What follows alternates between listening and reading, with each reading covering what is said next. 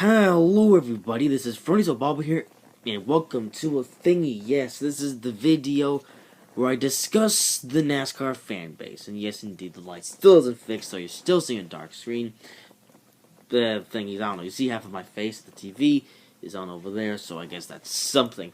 So, yeah, after the Daytona 500, I decided I was going to do a video talking about the NASCAR fan base and the Daytona 500 because, it seems that opinions are all over the place for the Daytona 500. I know that the Daytona 500 is now, well, the 2018 Daytona 500 is, nearly two weeks old now, as now we've had Atlanta, and now we're going to Las Vegas.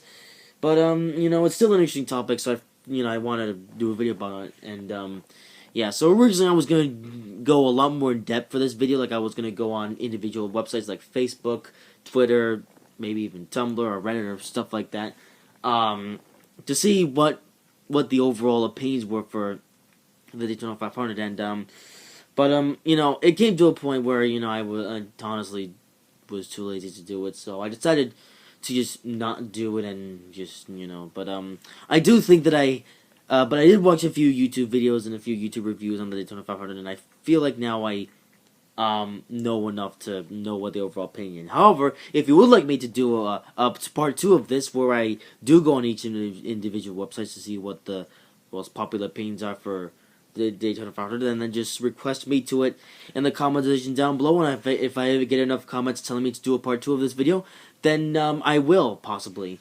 But anyways, yeah, so let's go on to the thingy. So, it seems that there were like 3 different mindsets for this race. So it seems that there are those people like me who, well, actually no, just not these 3, but well, overall, opinions are all over the place. There are opinions ranging from the race was amazing to this race was absolutely terrible.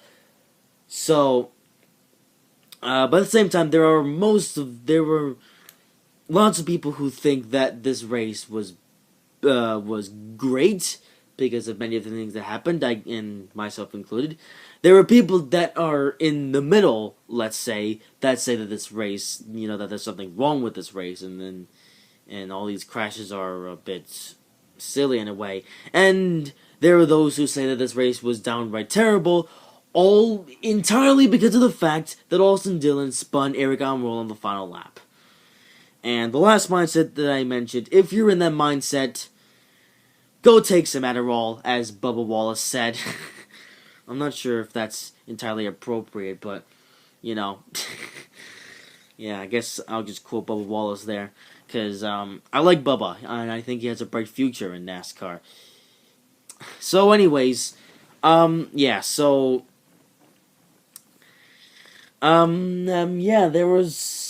so I guess there were those who agree with me. That this race was absolutely great. I really don't need to say too much in regards to saying that this race was in agreeing that this race was absolutely great, because I agree with that. If you want to watch my full opinion on the Daytona 500, go watch the review. It's in the playlist, or it might even be in your stuff. It's over there, I think, or is it over there? I'm not entirely sure. Yeah, and there are people that are in the middle that say, there's something wrong with NASCAR, of how NASCAR wants to have a big emphasis on the crashes, even though they're a bit distasteful, I guess. And I guess I can understand you if you say that NASCAR is too full of wrecks, and, say that NASCAR might have too much of one of those crashes where multiple cars crash into each other, resulting in thousands of dollars worth of damage. Well, I'm sorry to say, that's pretty much what NASCAR is mostly about these days. I mean, I'm not saying that NASCAR is all about the crashes, and I mean, NASCAR, it's all about drivers and, champions and young guns as well. But, NASCAR is popular to some people for its crashes, and we saw some of those at Daytona this weekend in the Daytona 500. And, I really feel like it's a bit silly to say that NASCAR or say that the Daytona 500 was bad, all because there were crashes and stuff. I mean, it's, I guess to some people it might seem wrong that NASCAR it's too much all about the crashes. But not just NASCAR, but that really goes across to most motorsports. Crashes are part of racing. Crashes happen now and again. So, there isn't crashes in every motorsport like Formula One. There's barely any crashes in that. I mean, to be honest, I really don't watch Formula One that much because, to be honest, I think the races these days in Formula One are somewhat boring, which is the reason why I don't watch Formula One that much. And IndyCar, some say that IndyCar is kind of going down the same path. It's doesn't have that many crashes, and I don't know why, but well, actually, I kind of know why. But to me, crashes. If there's a certain type of motorsport that doesn't have crashes or exciting races, then I may not watch it that much. I mean, I'm not saying that I'm a huge fan of racing crashes, but they really jack up the field in a way, or jack up the field. That's the correct term.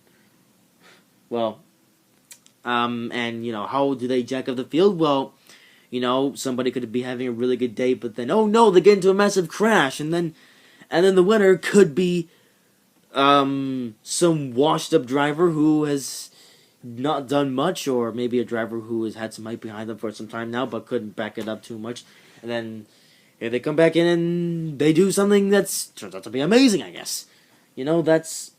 That's another one of the benefits of having crashes. They jack up the field and create an interesting driver. I mean, Formula One could kind of use that because, considering that Formula One, most of the time they're just driving, I guess. I don't know. I really think Formula One needs to change its stuff. I mean, yeah, NASCAR could use some changes, but so does Formula One. Formula One.